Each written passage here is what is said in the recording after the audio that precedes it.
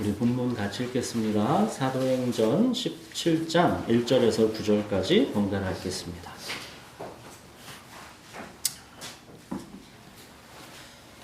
그들이 암비볼리와 아볼로니아로 다녀가 데살로니가에 이르니 거기 유대인의 회당이 있는지라.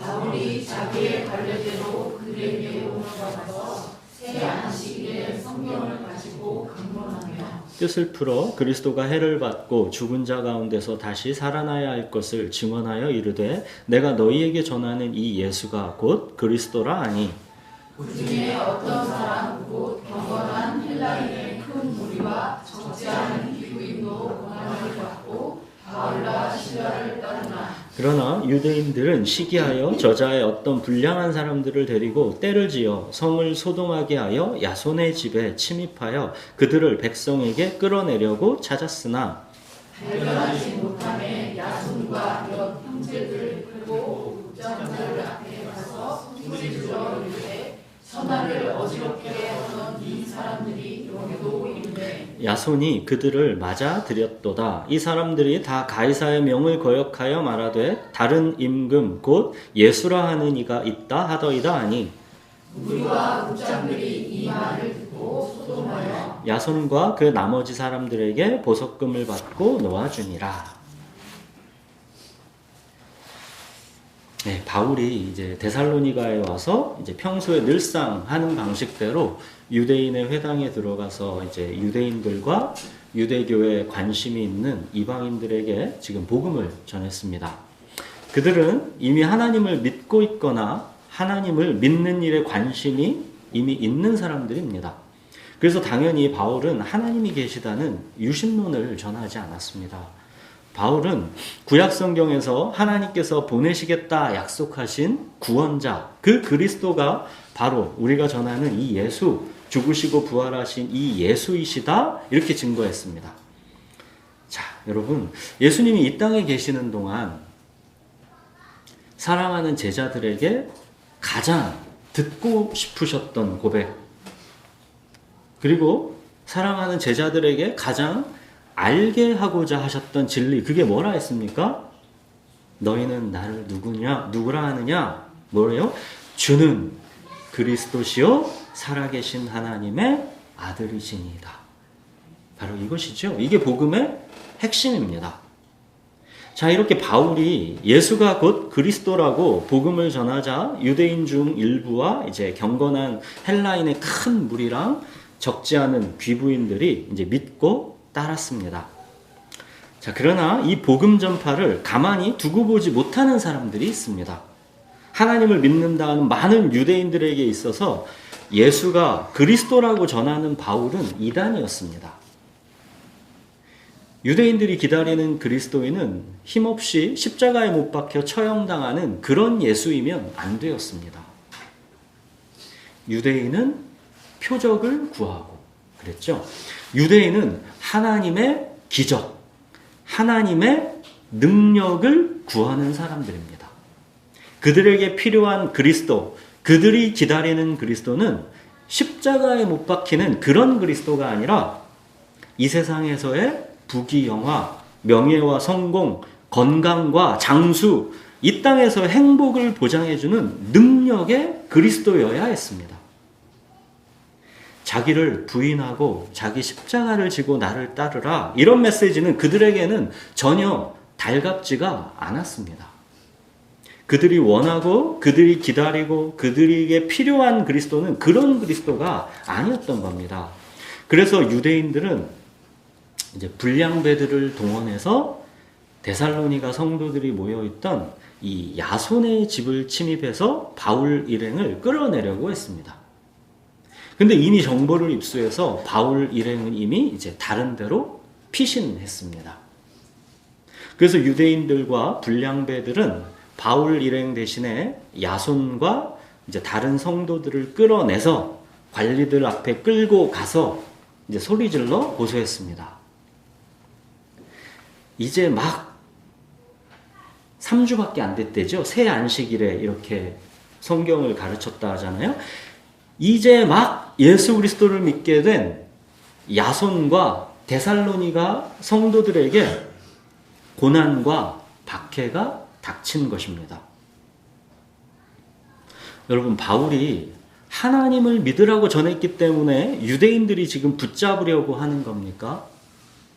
지금 야손과 데살로니가 성도들이 바울을 통해서 하나님을 믿게 되었기 때문에 이런 박해와 고난을 지금 당하고 있는 것입니까? 아닙니다. 그들이 지금 박해와 고난을 당하는 이유는 하나님을 믿게 되었기 때문이 아니라 예수가 곧 그리스도라라고 믿고 있기 때문에, 주 예수를 믿기 때문에 그들은 지금 박해와 고난을 당하고 있는 것입니다. 하나님을 믿는다 하는 것은 세상에 하나 위험하지 않습니다. 박해와 고난을 당할 이유가 없습니다. 사람들은 저마다 다 나를 위하여 나를 인도할 신으로 하나님 하나쯤은 다 각자들 모시고 살기 때문에 하나님 믿는다라는 것은 하나 이상할 것도 없습니다. 그러나 귀로 들리고 눈으로 보이고 손으로 만져지는 예수가 그리스도다라고 믿는 것은 전혀 다른 얘기입니다. 그 예수가 나의 주님, 나의 하나님이다라고 믿는 것은 정말로 위험한 것입니다. 주는 그리스도시요 살아계신 하나님의 아들이시니이다. 이렇게 예수님을 믿고 고백한다라는 것은 그 다음에 바로 이어지는 예수님의 말씀, 나를 따라오려거든 자기를 부인하고 자기 십자가를 지고 나를 따를 것이니라. 이 말씀 또한 나의 몫이 되어야 하는 것이기 때문입니다. 사랑하는 여러분, 주는 그리스도시요 살아계신 하나님의 아들이시니이다. 우리의 이 신앙 고백과 자기를 부인하고 자기 십자가를 지고 나를 따르라, 이 명령은 분리될 수가 없는 한 몸이다라는 것을 꼭 기억하십시오. 내가 이 반석 위에 내 교회를 세우리니 음부의 권세가 이기지 못하리라. 이렇게 예수님을 나의 주님, 나의 하나님으로 고백하고 자기를 부인하고 예수 그리스도를 따르는 사람들, 그들이 교회이고 그들이 그리스도인입니다. 여러분, 세상은 자기를 실현하라고 하지 자기를 부인하라고 하지 않습니다.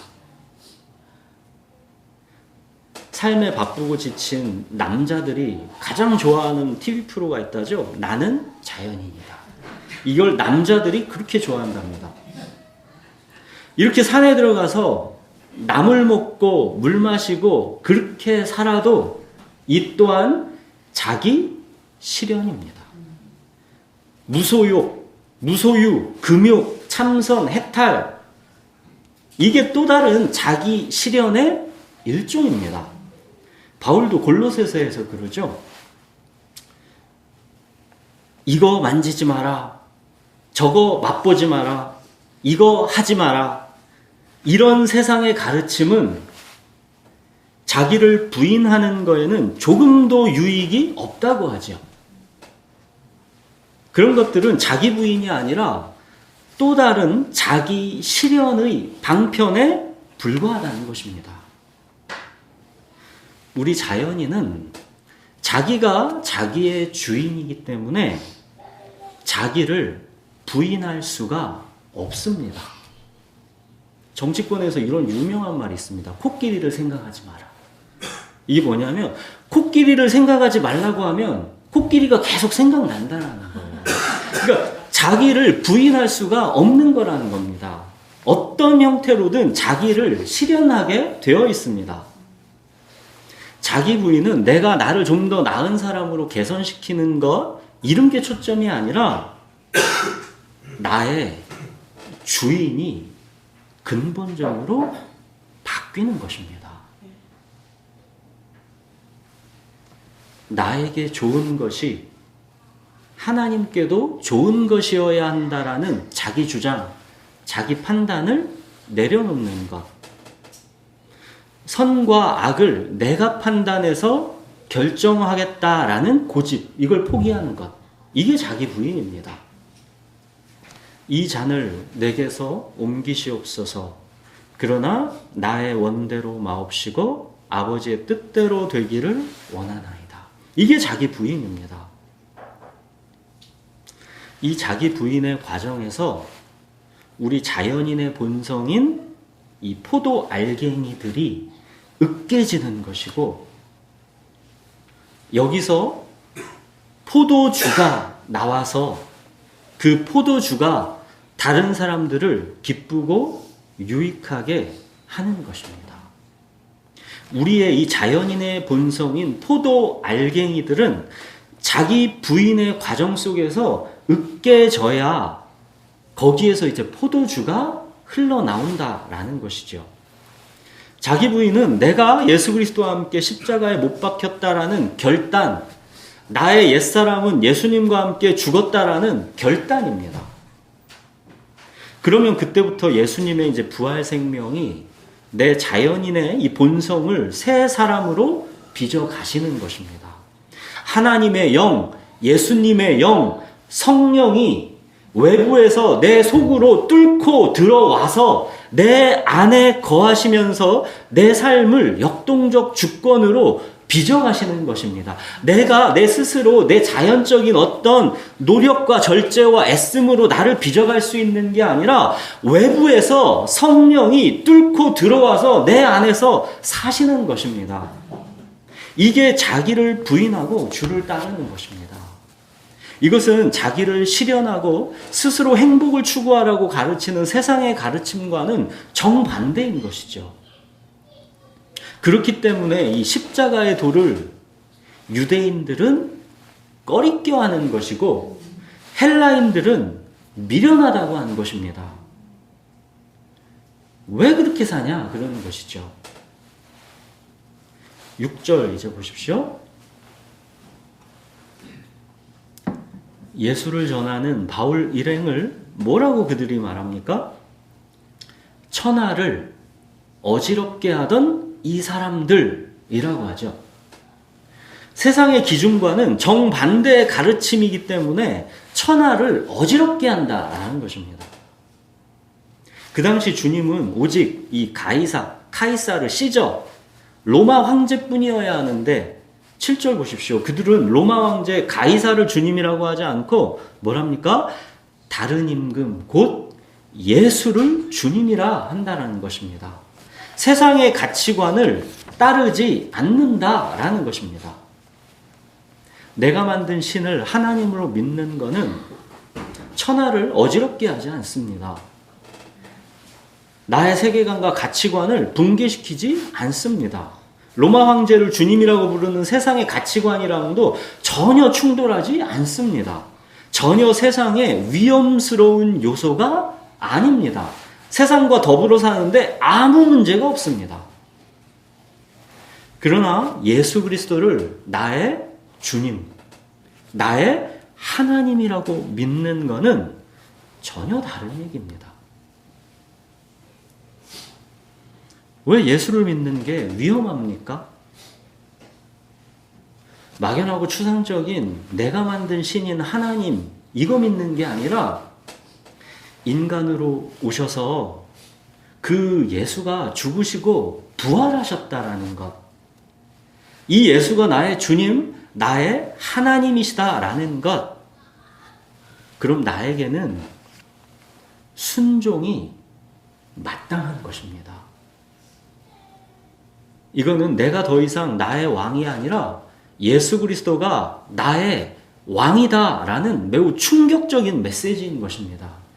이거는 왕권 시대에 살지 않는 우리에게는 이게 엄청 낯선 것일 수 있는데 로마 황제가 왕인 그때를 사는 이 사람들에게는 이건 엄청 충격적인 메시지이죠.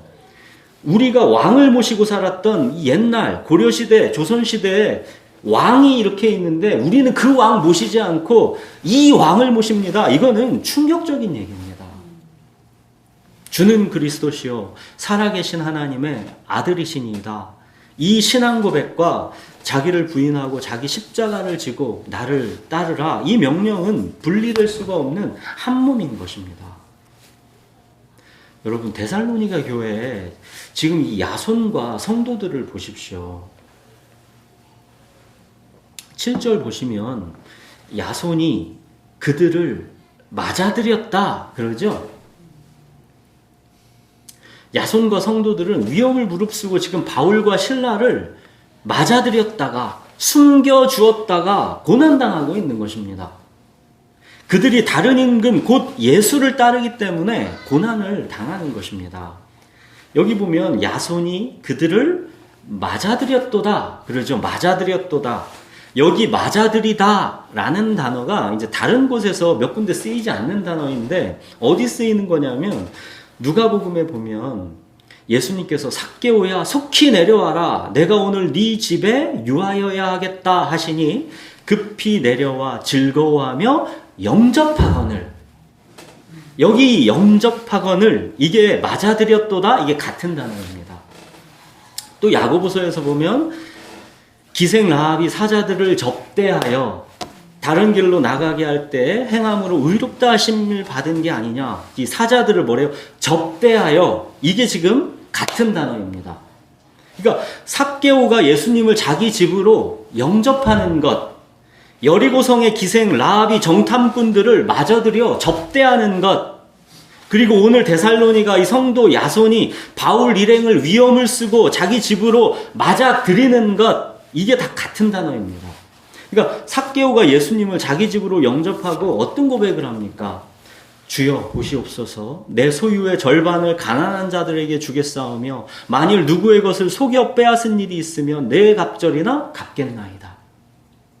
예수님이 그렇게 하라고 것도 아닌데 예수님을 자기 집으로 맞아들인 삭개오의 자발적인 결단입니다. 이게 맞아들인다라는 뜻입니다. 예수님이 말씀하시죠. 오늘 구원이 이 집에 이르렀으니 이 사람도 아브라함의 자손이로다. 또 여리고성의 기생 라합이 정탐꾼들을 맞아들인 이야기도 마찬가지죠. 이 사실이 발각되면 그녀는 죽는 겁니다.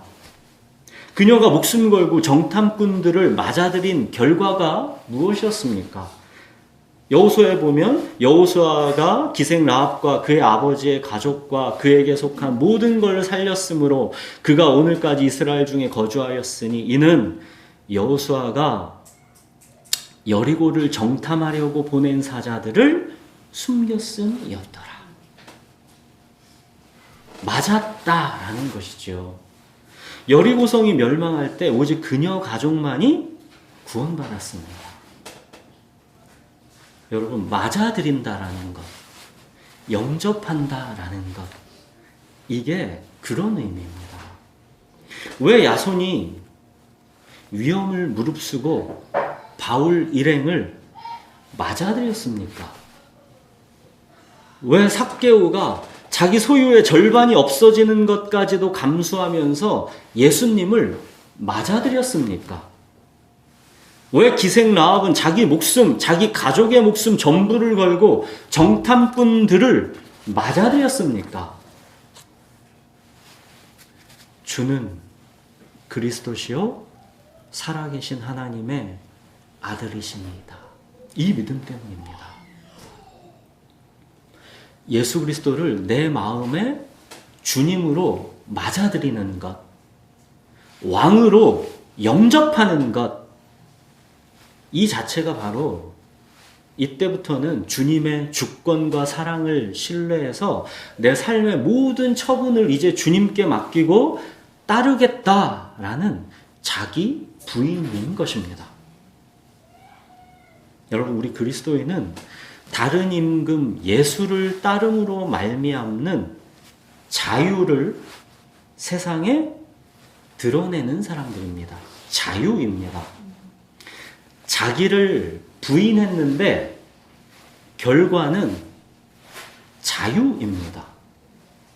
그래서 예수님께서 진리가 너희를 자유케 하리라 하신 것입니다.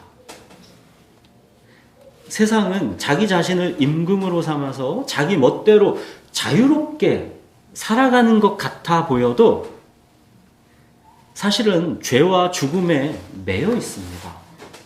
한평생 죽기를 무서워하며 종노릇합니다. 다만 잠시 애써 그 불안과 두려움을 잊고 지낼 뿐입니다. 그러나 다른 임금 예수를 따르는 우리 그리스도인은 어떤 삶의 처지와 형편에 처하든 그 속에서 자유롭다라는 게 근본 특징입니다.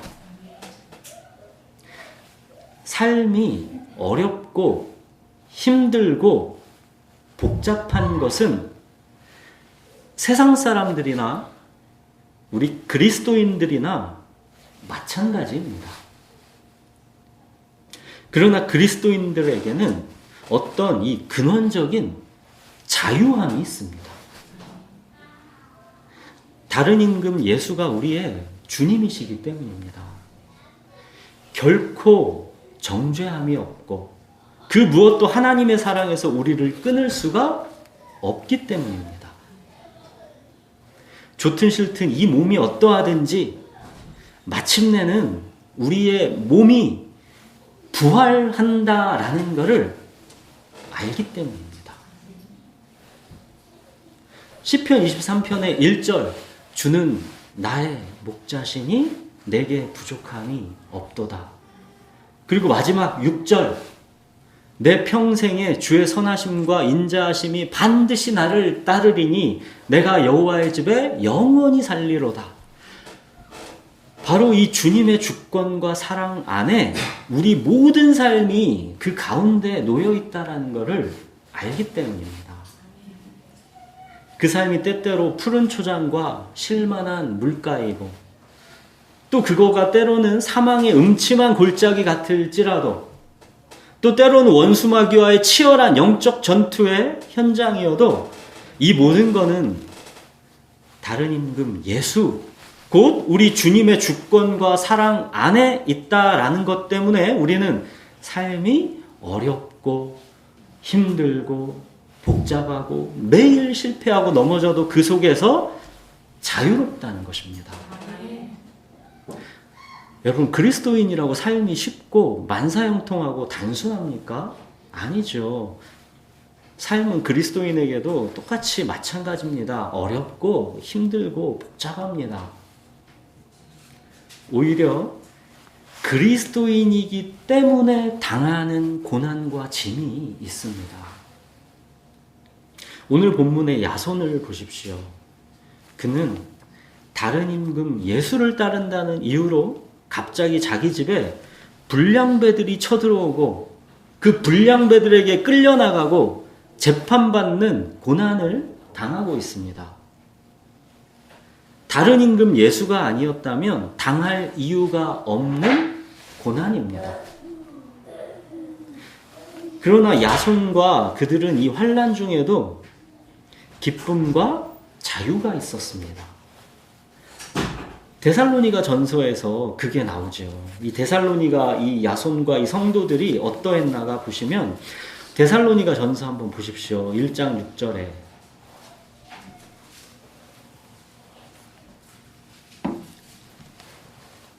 데살로니가 전서 1장 6절에 보면 이 데살로니가 성도들이 어떠했나가 거기에 이렇게 나옵니다.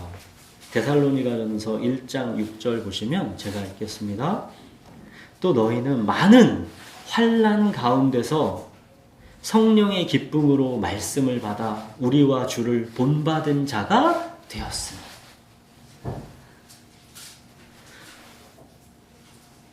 여러분 그런데 이 야손과 이 데살로니가 성도들, 이 데살로니가 교회 성도들은 예수님이 부활하신 것을 직접 눈으로 목격한 것도 아니지 않습니까?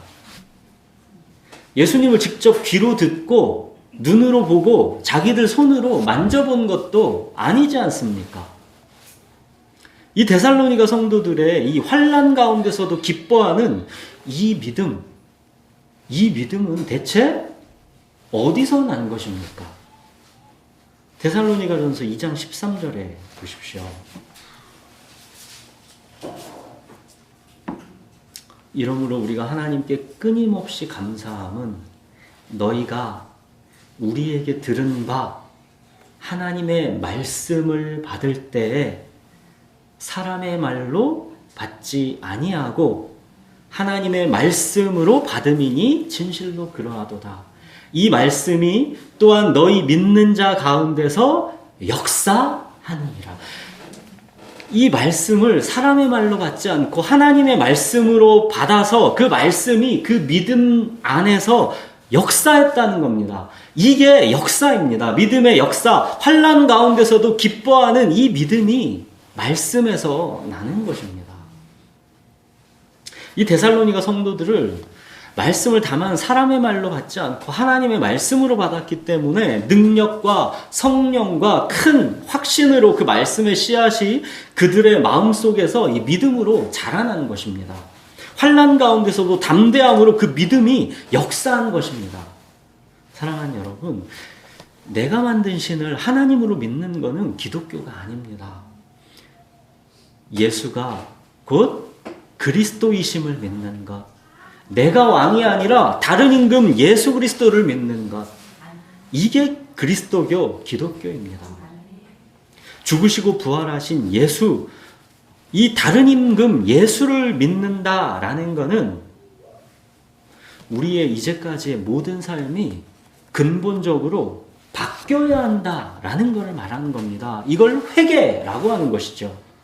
사랑하는 여러분, 예수님의 십자가 죽음과 부활, 그 근본 목적은 주가 되려 하심입니다. 우리와 함께 하셔서 우리의 목자, 우리의 주님이 되시는 것, 이게 구원이고 이게 영생입니다. 우리의 목자이신 주님은 어렵고 힘들고 복잡한 우리 삶의 길을 우리 혼자 힘으로 가게 하지 않으셨습니다. 우리 안에서 우리와 함께 살아가시면서 우리의 목자, 우리의 주님이 돼서 이 길을 친히 인도하시는 것입니다. 여러분, 우리가 능력, 지식, 이렇게 하나님을 도구화하려는 프레임에 우리가 갇혀 있으면 우리가 이러기가 정말 쉽거든요. 하나님을 능력, 어떤 지식, 이렇게 하나님을 내 삶의 도구로 만들려는 이런 프레임에 우리가 갇혀 있으면, 우리가 하나님을 이렇게 다만 내 삶의 문제 해결사로만 그렇게 여기게 되면, 왜 우리에게 이런 어렵고 복잡하고 힘든 삶의 길이 놓여 있는지가 납득이 되지는 않습니다. 왜 푸른 초장과 쉴만한 물가만 있는 게 아니라 사망의 음침한 골짜기가 있고 왜 원수마귀와의 치열한 영적 전투가 있는지 이게 납득이 되지 않고 혼란스러워집니다. 능력이고 엄청난 지식이면 다 해결해 주셔야 될 것 같은데 내 삶은 도대체 이게 뭐냐는 것이죠.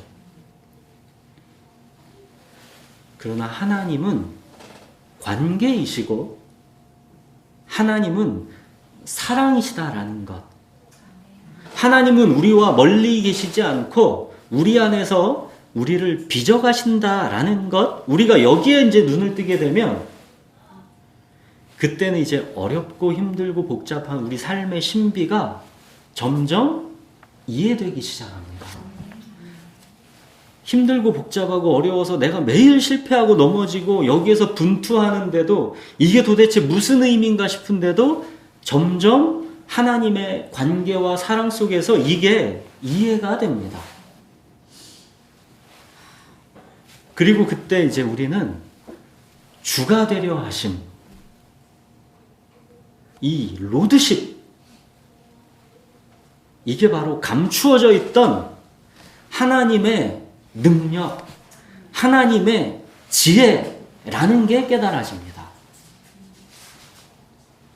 그리고 그때 이제 우리는 어렵고 힘들고 복잡한 우리 삶의 현실 속에서도 주는 나의 목자시니 내게 부족함이 없도다.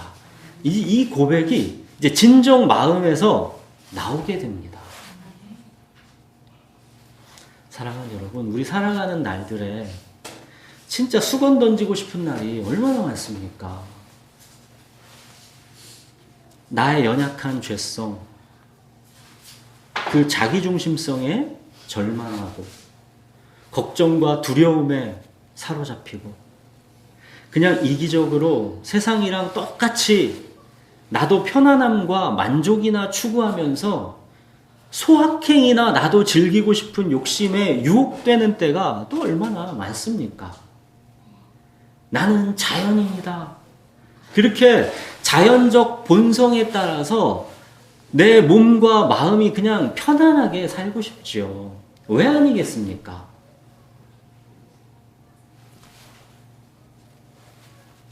여러분, 그러나 우리가 기도와 말씀으로 그 중에서도 주님께 나아갈 때 우리 주님께서 지친 우리 영혼을 다시 소생시켜 주시지 않던가요? 내 삶의 이 어둡고 깊은 골짜기도 이게 다만 우연이 아니라 역동적 주권으로 주님께서 함께 하시면서 주의 지팡이와 막대기로 인도해 가시고 있다라는 것을 다시 확신케 해주시지 않던가요? 그래서 결국 주는 나의 목자시니 내게 부족함이 없도다. 이렇게 감사와 찬송이 다시 흘러나오게 해주시지 않던가요? 여러분, 그래서 주가 되려 하심인 것입니다. 여러분, 우리 삶이 어렵고 힘들고 복잡하지 않으면 우리 사람 되지 않습니다. 우리 삶에 들어오셔서 이거 하시려고, 우리 삶을 어둠에서 빛으로 역전시키시려고 예수님이 십자가에서 죽으시고 부활하셔서 우리 주님이 되신 것입니다. 여러분, 어렵고 복잡하고 힘든 삶의 모든 순간에 우리가 믿고 의지하라고 예수님께서 죽으시고 부활하셔서 우리 주님이 되신 겁니다. 믿고 의지하라는 겁니다. 내가 너와 함께한다 라는 것입니다. 여러분, 시간의 한 단면만 딱 끊어보고 낙심하고 주저앉지 마십시오. 씨가 있으면 열매가 당연히 있는 겁니다. 씨와 열매 그 사이에 이 시간의 과정, 이 전체를 이게 다 통으로 보는 그 믿음의 눈을 가지십시오. 씨가 부활의 열매로 나타나는 것은 주님께서 시작하셨으니 마침내 반드시 이루실 것입니다. 우리가 할 일은 그 사이에 이 시간의 과정, 진짜 앞이 보이지 않을 때도 많고 이해되지 않을 때도 많아도 이 시간의 과정, 여기를 우리를 부르신 삶의 그 자리 지켜내면서 주님 믿고 의지하여 살아내는 것입니다. 그 삶의 자리 지키는 것입니다. 여러분, 이게 바로 자기를 부인하고 우리의 왕이신 주님을 따르는 것입니다. 우리 기도하겠습니다.